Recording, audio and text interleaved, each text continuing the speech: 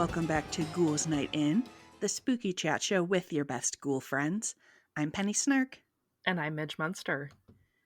And I'll give a little bit of like behind the scenes info to our listeners. You're gonna out us? Just that, like, I feel like we usually try and like mix up topics and not like stick on the same track for too long. But this time we're gonna go full steam ahead. Ooh, are we getting a remix to Ignition? We are a little bit, because today, the day you are listening to this, is Valentine's Day. Yo. And we talked last time about how you can find a man with an egg. And I was delighted by that and thought that maybe we should talk about some more love-related superstitions. Yay! Oh, I love this kind of stuff. Yes, because obviously, I just think it's so interesting. Like, we both talked about at the end of last episode just how much of kind of like divination and stuff works into some of these. And just that, people have always looked for ways to kind of use the world to define their future. In our childhood, we had, MASH or a magic 8-ball that you might ask questions to. A sweet, sweet cootie catcher. A cootie catcher.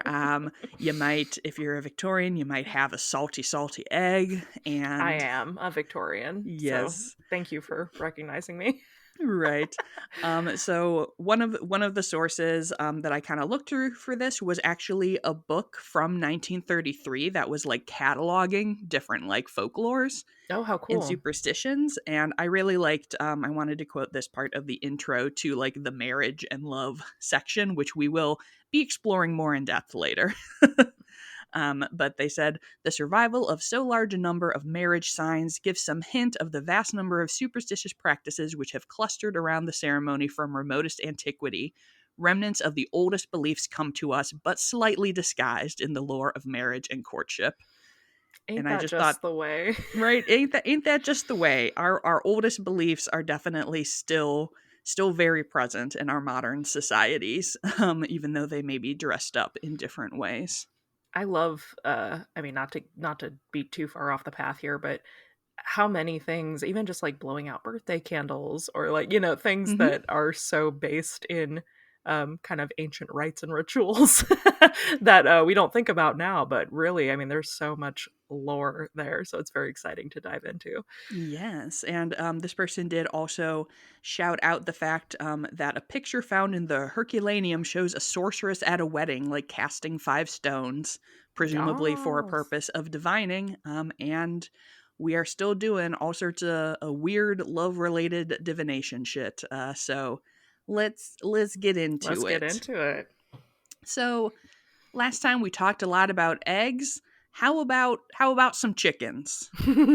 So in look German, at all those chickens. Yes, look at all those chickens. In German folklore, it says that if a virgin wants to know if she'll be married in the new year, she should go to the chicken coop on Christmas Eve and knock on the door. If she hears a rooster, she will be married, but if she hears a hen, she will not. Literally, if she's gonna get a cock or not. Yep. Yeah. No word on what you should do if you're not a virgin. But I guess that only works for some folks. I can't imagine a more miserable way to spend my Christmas Eve than sitting outside a chicken coop knocking on the door, but pop off, Victorians. This popped up a lot in stuff that I was reading. Like Christmas Eve and Christmas come up a lot, which because I found it was really like a spooky thin veil time. Yeah, because like obviously, you expect that like a lot of them are like, oh, on Halloween night, do this, but like Christmas was definitely fully in there. It was also considered like a very magical time. So that one. And I feel like, any holiday you're trying to soak up some of those special good vibes. Yeah. Well, and I think, there's because like, I have not like sat and done research on this for this episode, but if I recall, historians have like found that Jesus was born like in the summertime. Yeah. So like, there's a reason that Christmas was picked, like that time of year was picked to celebrate this kind of magical time of year. It's rooted way down in there. Right. And I also thought about, it is still very common today for folks to get engaged over Christmas. Oh yeah. So I Yeah. think that some of that, it is, just an auspicious time that for many, many centuries and amongst many that peoples. that famous song lyric, it's the most auspicious time of the year. Yes. Yeah. Yes, that's what folks always say about Christmas time. One simple one that I think, goes back to, like you said, about like blowing out birthday candles, counting flower petals. He loves me. He loves me not. This goes all the way back to medieval times. Really? It is sometimes called the Daisy Oracle. And it actually is mentioned in Faust. Like it is part of the text. Yeah. Yep. Mm-hmm. Also, side note, that would be a great drag name, Daisy Oracle. Ooh, yes. Welcome to the stage, Daisy Oracle. I love it. Another flower-related one, catching the bouquet at a wedding means you're the next one to get married. So this tradition started off a little bit different than we might know it today. So this gets traced back to 14th century Europe.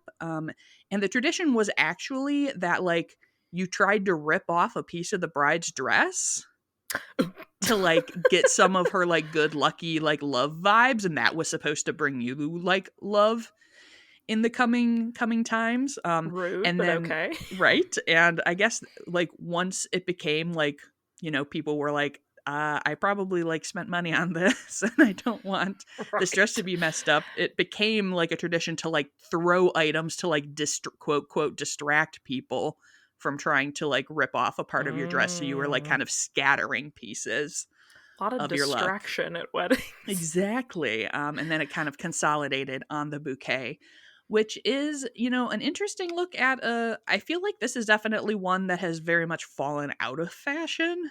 Yeah. Like this is not something that happens it hasn't happened, I don't think, definitely not at any recent wedding I've been to. Like, I think that folks are kind of moving past this one. I don't remember if I threw a bouquet or not at I know for a fact that we were absolutely not doing a garter toss because it's so weird. Very weird. Yeah. sorry if anybody did that, but I personally do not want to have my husband up my dress at in front of my grandparents and Jesus and everybody. Just the facts of it are a bit are wild. Odd. Yeah, they're wild. Do you know? I don't know if this doesn't really fall into like a love ritual, but it made me think about the dress thing. Because originally, like, bridesmaids were dressed like the bride.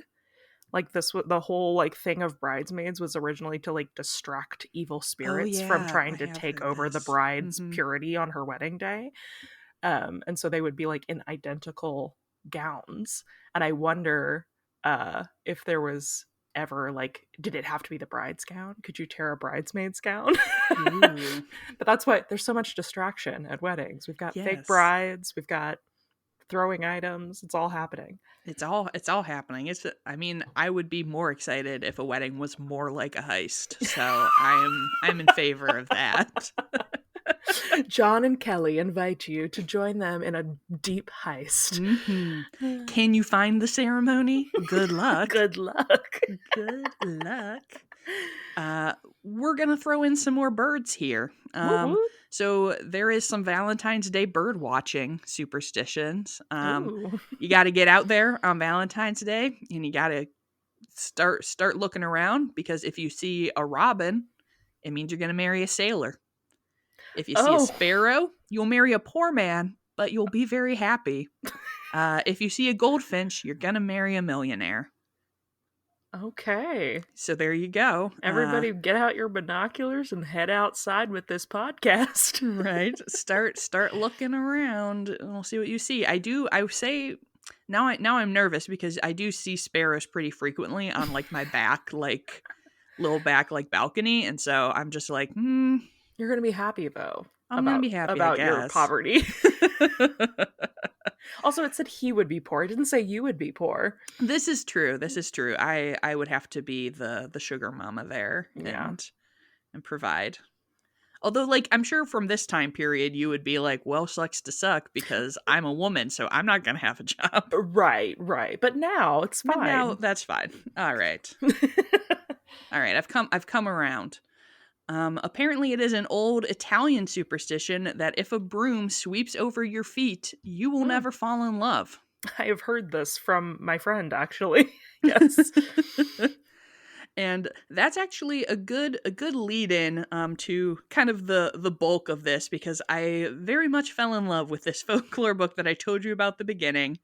And what they were trying to do here, so this is from published in 1933, they were creating like a comprehensive recording of superstitions believed by like people in Nebraska.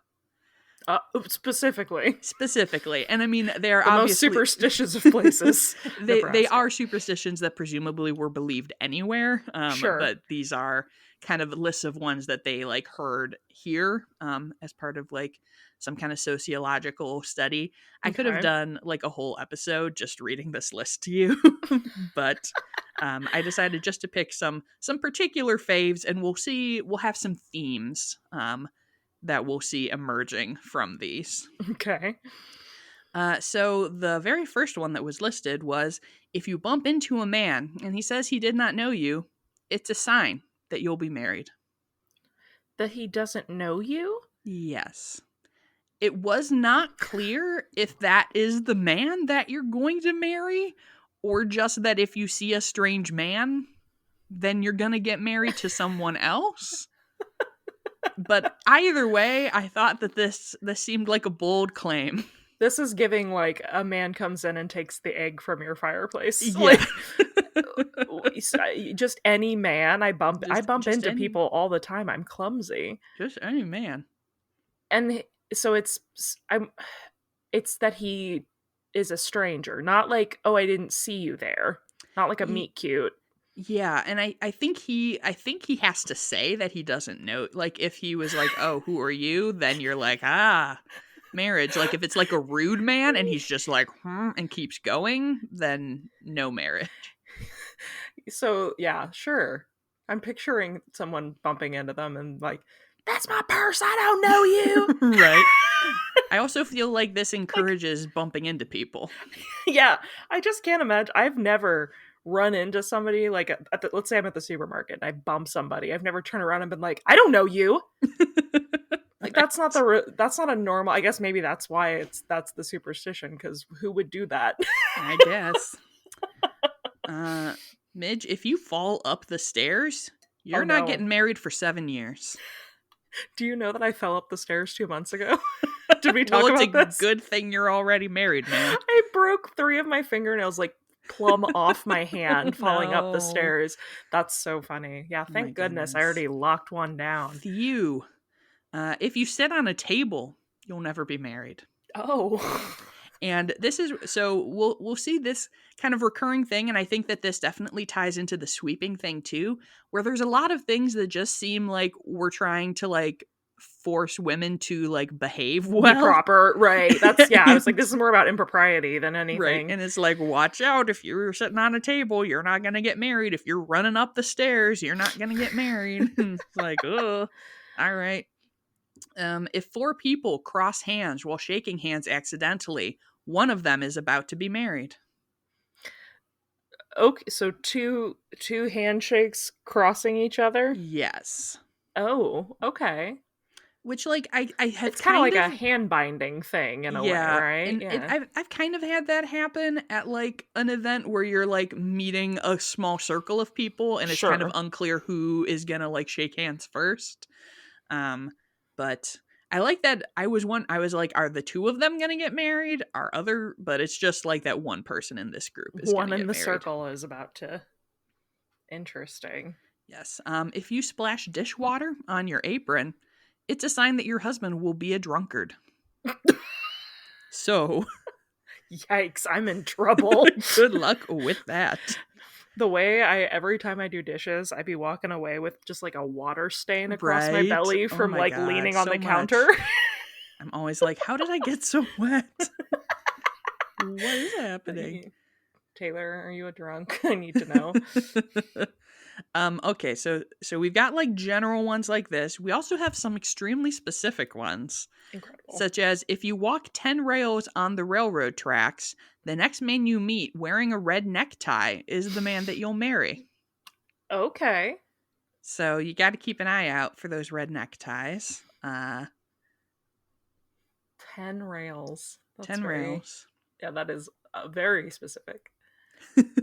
There are also conflicting ones, such as if a girl takes the last piece of cake or bread from a plate, she will be an old maid.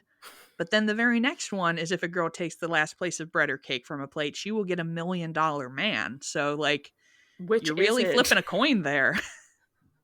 Again, though, just, yeah, things that are just shaming women for eating. Right. And that's why I'm like, well, so now I'm like, am I going to be an old maid or am I going to get $1 million man? Like, Well, maybe you get the $1 million man, but then he leaves you because you ate the cake. So then you're an old oh, maid, yeah. you know, That's, because women shouldn't be eating. no. That's how dare they? Don't do it. If you count 99 white horses, Where are and you? then Where are you at? I was gonna say I feel like this one might be specific to Nebraska because there do need to be a lot of just farm animals around.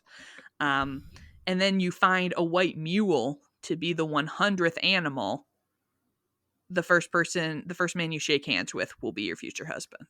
This After is that, something that happened to one person. Like right? Or I like was Mary thinking, Jo Jane from Nebraska sat in a field all day, counted 100 horses, and then like shook hands with her future husband and was like, it works every time. it works every time. Or I think about how, like, in like, I think it was like ancient Roman times, they would say, like, oh, it's the abracadabra, like, but every day as you wash it away, like, once it's gone, the spell will be complete. And it's just like, well, yeah, if you wait like 2 weeks, then you're probably gonna feel better. And it's like, well, once you find 100 white horses, by that Yeah. point, you've probably met someone that you could marry. Oh, so you don't have to count them all at one time. It's unclear. Because I'm picturing, I was like, where are you at? That Yeah, it you're is. like in a field with 99 white horses and one white mule. Like Yeah, that's, it did not state whether it had to be simultaneous. they're keeping a running tally in Consecutive, like yeah. their little pocket notebooks. Like, okay, Yes. today I saw white horse 76. We're getting close. Yes. We're getting there. We're getting closer. Midge, you should pull a hair from your head, Oh yeah. curl it by drawing it through your fingers, Uh-huh. hold it up, and the loose end will point in the direction of your husband. Ooh, I love Which hair superstitions. this just feels like by far the least useful of any of these. Like, I don't care what direction my husband is in. Like how many men are like to the east of me at any given point in time? Like, that is not helpful to me. Well, I guess maybe let's say here, let's play devil's advocate. We're in a room at like a ball or a party, All right. and we have a big crush on Jeremiah. We curl the hair, right? It's pointing in his direction, but there are like 12 other men over there. So later we wait like an hour and Jeremiah's over by the bar. We curl a hair again. It's pointing towards him now over there. You know? Like All it's right. Okay. maybe we like use it as a checkpoint to be like, Like say is like a this like a real? dowsing rod. Yeah, kind of. All right, that makes more sense. I was thinking of like, we're at our olden time slumber party and I'm Right. just like, Just well, my man is somewhere that way. every man to the every, northwest of every me is a man in that direction possibility. could be my husband. They also have the same superstition for lighting a match, and you look like which way the like flame seems to like Mm-hmm. dance towards. If you So this one I felt like is probably an inappropriate way to treat a cat. Oh God. But if a number of girls shake a black cat in a new quilt, and the cat jumps out, the girl the cat jumps at is the next to be married. And I'm like, that girl is next to get scratched. That girl is Because gonna have a hard time finding a date when she's terribly maimed. yeah, it's like I don't think that cat's gonna like that very much. Yeah, don't do that to your cats, everyone. No. And that It's not worth it. Just it's go on a just dating site. right. It's just so interesting to me that they have just like these differentials between it's like, oh, sitting on a table, oh well, and then it's like you need a black cat and a new quilt and a group of girlfriends. Let's get it done. Yeah, yeah. Again, like, and did this happen? How does that become established? Like, did this happen one time and Becky got married after they decided to do this for some Right? strange reason? Or, like, was this a thing 50 people did and it worked? Or I feel like sometimes you're just adding elements. Like you're like, ooh, a black cat. That sounds like a thing that would be in a superstition. Let's make it a black Mm-hmm. cat. Yeah. Uh, if you did it with a tabby, it would not work. Don't be ridiculous. Yeah, someone's like, if you push a black cat under a ladder and shatter a mirror next to it, just building. Then there you go. They're doing like a superstition online random generator. Yes. There were also a variety of like apple related ones, and I know that Yes. I think we talked in a previous episode about the idea of, if you like can peel an apple in one go and like toss it, then it's supposed to like form like the letter of like the man that you're going to marry. Mm-hmm. This one somewhat I just am enjoying picturing someone doing this. Okay. So what you do is you take a bunch of apple seeds and you name each of the apple seeds for various male friends of yours. Amazing. And then you stick them on your face. And whichever one takes the longest to fall off is the man that you're going to marry. Perfect. I'm like, how could I tell? Like, you would have to have a very good memory of where exactly you placed each apple seed. Yeah. I have no idea. There were several that involved like naming things and then like guessing, which I felt like the most like a mash or a cootie catcher, so I really enjoyed those. Yeah. There was also one that you're supposed to name each of your bedposts a Oh. different man's name, and the Bold. one that you look at first in the morning is the man you're gonna marry. That's just a subconscious thing, Right? right? And Like I'm like, you're gonna train your brain to be like, okay, in the morning I want to look at Jeremy. Like, right? It's like, Jeremy, huh? So wow, those I looked ones right are, at it. I looked right at it. What, it couldn't be anything but love. I was gonna back to the Appleseed thing real Yes, quick. I go was gonna for it. mention because our dear friend Miranda did her Halloween zine, Yes. and it had some like Valentine's rites and rituals stuff in it, and there was the her in her accounts of this, there was an apple seed one where you take like 2 apple seeds and press them on your closed eyelids, and then the first to fall off is the least faithful of your 2 suitors. Ooh. And so then that was how you could tell who you should go for based on like who's going to be the most faithful to you. Interesting. There was also one where you're supposed to name 2 apple seeds and then you put them on a stove, and if they like pop off together, those people are going to get married. So that would be the Oh. situation where I would be like, OMG, Penny and Jeremiah, see what happens. Yeah. Huh. Like popcorn, but Right? with apple With seeds. apple seeds. I was like, I was not aware the apple seeds popped. Yeah. But I mean, I guess guess anything will if you get it hot enough. Yeah, this is true.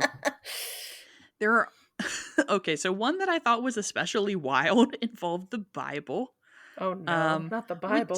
Which just seemed like you can I'm fine with people doing whatever they want. I feel like most Bible people would not approve of using your Bible Well, in this like it's divination funny, ritual. yeah, in a divination situation, right? So if you want to find the initials of your future husband, you're supposed to put a key inside the Bible at the Song of Solomon. You tie the book shut. Then 2 people support the book, balancing it on their index fingers. Okay. And then you say And like say a whole light as a feather, stiff as a base, board, yeah, light as and a then feather. you say a whole little poem. And if the Bible turns the first time that you say the verse, then your husband's name begins with an A. So basically, you just keep repeating this until it like falls off your fingers and you're like, oh, that's the initial of my husband. Interesting. Why then? What does the what does the key have to do? I thought it was gonna be like you open it and the keys Yeah, like moved same. around and pointing to a I thought the letter. key was going to be more relevant, but it did not come back. So I don't know if it's just like to like off balance you, or if it's just because you're like, because the Song of Solomon is like a romantic Right. part, right? Yeah. Okay. I'm So like, I'm it's remembering the right thing, unlocking. right? You're unlocking the I romance with guess. interesting. Yeah. There are a lot of like wild little poems in here, which is just like, I'm like, this is you are casting a spell right now. Like, what are you Yeah. doing? So one thing that you could do if you wanted to know who you're going to get married, is you look over your right shoulder to look at the new moon, and you say, "New moon, true moon, I hail thee. Whosoever I dream of shall wed me. The color of his hair, the clothes that he'll wear, on the day that he weddeth me." Yeah, that's witchcraft. Pop That off. I'm like, this is some straight up witchcraft. Yeah, love it though. Great. Which enjoy, rock on. Yeah. Um, you also, if you put a pea pod that has 9 peas in it above your door, the first man who walks through that door is going to marry you. Wow. So, What if you like live at home and your dad comes home? Like what? ooh, unfortunate. That just doesn't seem like a safe way to go about. Maybe you put it above your bedroom door or something. I But then guess. why Or are men coming in? I feel like maybe that's another one that you like set up because you're just like, ooh, I've invited Robert over for dinner tonight. I'm He's gonna coming put over later. this sweet pea pod above the door to make sure to seal the deal. And then you like freak him out because you're like, oh my God, Robert, guess what? I put this pea pod above the door and then you came over and that means we're going to get married. Right. And he's like, oh, yeah, okay. Right. And the last one that made me just think, like, I don't think that I literally did this as like a kid, but it was just like so close to anything like MASH or Cootie Catcher related that I just related to it instantly. Mm-hmm. So what you do is you take the man's name and you take the girl's name, and then you cross out any of the letters that are the same between their Oh, names, okay. So yeah, very MASH. and then you count the remaining letters while saying love, hate, friendship, courtship, marriage, and the word that falls on the last letter is what's Mm. going to happen in that to those people. That's also interesting because, like, when you create a sigil, that's what you do. You write Mm. out, like, the intention, whatever, like, I am powerful. And then you go through and cross out all the repeating letters, and then you use whatever letters are left to draw the sigil on the, like, wheel. It's just some of that So, old Nebraska magic. oh, that old Nebraska. That old Nebraska magic. But yes, this was an extremely fun list of things to read. And I mean, today, obviously, we've got TikTok filters that are telling us who we're falling in love with or who our crush is thinking of. It always takes new forms, but I feel like everybody has a desire to try and like get the universe to reveal something to you, which is kind of interesting to me because it does imply that like there is something that is set to happen, Mm-hmm. which I don't know is really the way that I live my life. But I don't let the universe tell me what to do. I do my own thing. I do think it speaks to this inherent thing, like inherently human thing that we are all aware there's something bigger than us at Mm-hmm. play, right? Whether that for you is like religion or the universe or fate or whatever, like I think we all agree that there's something beyond our control out there, and it's interesting that we find these ways to try to control it as best we can. Yes. So I hope that all of you enjoyed this. If you are looking to find out what's going to happen this Valentine's Day, if you are trying to figure out if you are going to marry the person that you're with, or you are looking to find out who that man or lady to whatever direction of you may be, give one of these superstitions a try and let us know what you think. Grab your binoculars and your apple seeds and call us in the morning. Yes, get right out there. Yeah, thank you for joining us today on this fabulous episode of Ghouls Night In. If you enjoyed the show, it helps us a lot if you leave us a review or a rating where you listen to your podcasts. And if you do leave a review, we love to read them right here on the show. And I believe Midge has one to share with us today. I do. This is from Amelia Somebody.